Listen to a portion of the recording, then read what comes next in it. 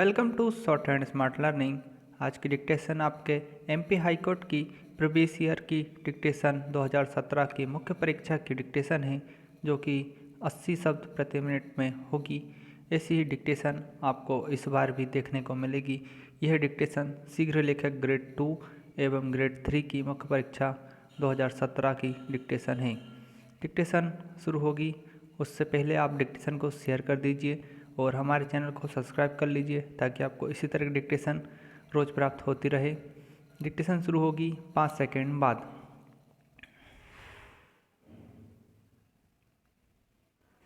Start. पूर्व भारत में आजीवन निर्वासन का दंडादेश कारागार में किसी बंदी द्वारा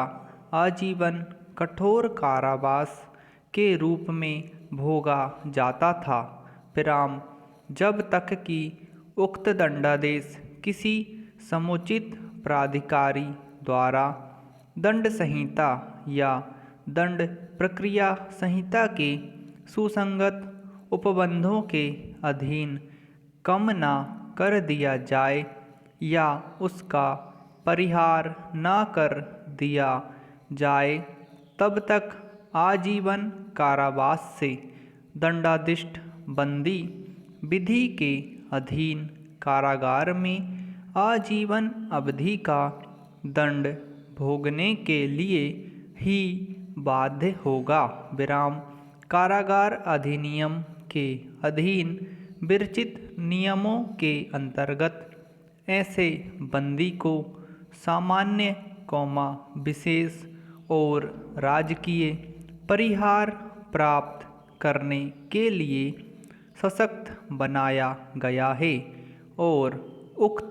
परिहार से उसके कारावास की अवधि को कम किया जाएगा, विराम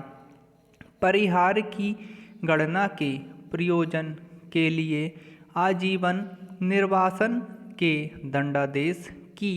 अवधि निश्चित मानी गई है, किंतु ऐसा केवल इसी विशेष प्रयोजन के लिए किया जा सकता है, न कि अन्य किसी और उद्देश्य के लिए, विराम चूँकि आजीवन निर्वासन आजीवन कारावास के समतुल्य है, इसलिए इसे अनिश्चित अवधि के लिए ही माना जाएगा, इस प्रकार प्राप्त किया गया परिहार व्यवहारिक रूप से दोष सिद्ध व्यक्ति के लिए सहायक नहीं हो सकता, क्योंकि उसकी मृत्यु के समय का अनुमान नहीं लगाया जा सकता है, विराम यही कारण है कि समुचित सरकार को समर्थ बनाने के लिए नियमों के अधीन प्रक्रिया का उपबंध किया गया है,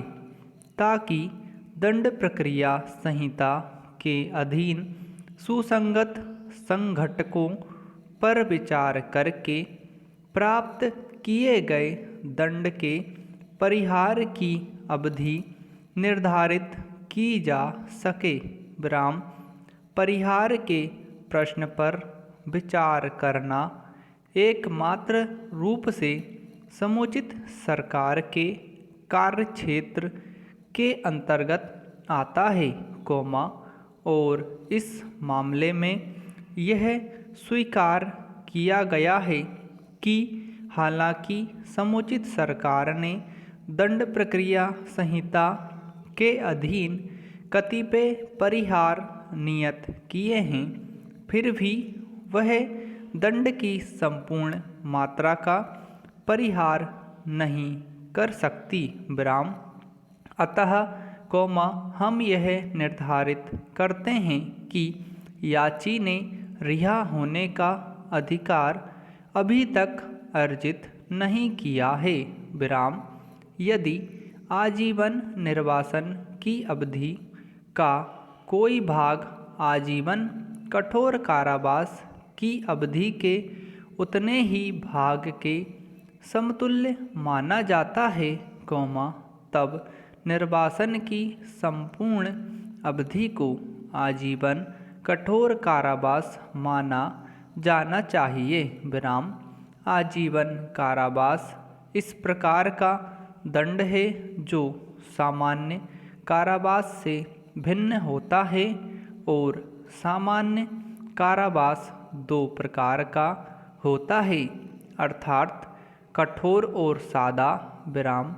विधानमंडल के लिए यह आवश्यक था कि विशेष रूप से यह उल्लेख करता कि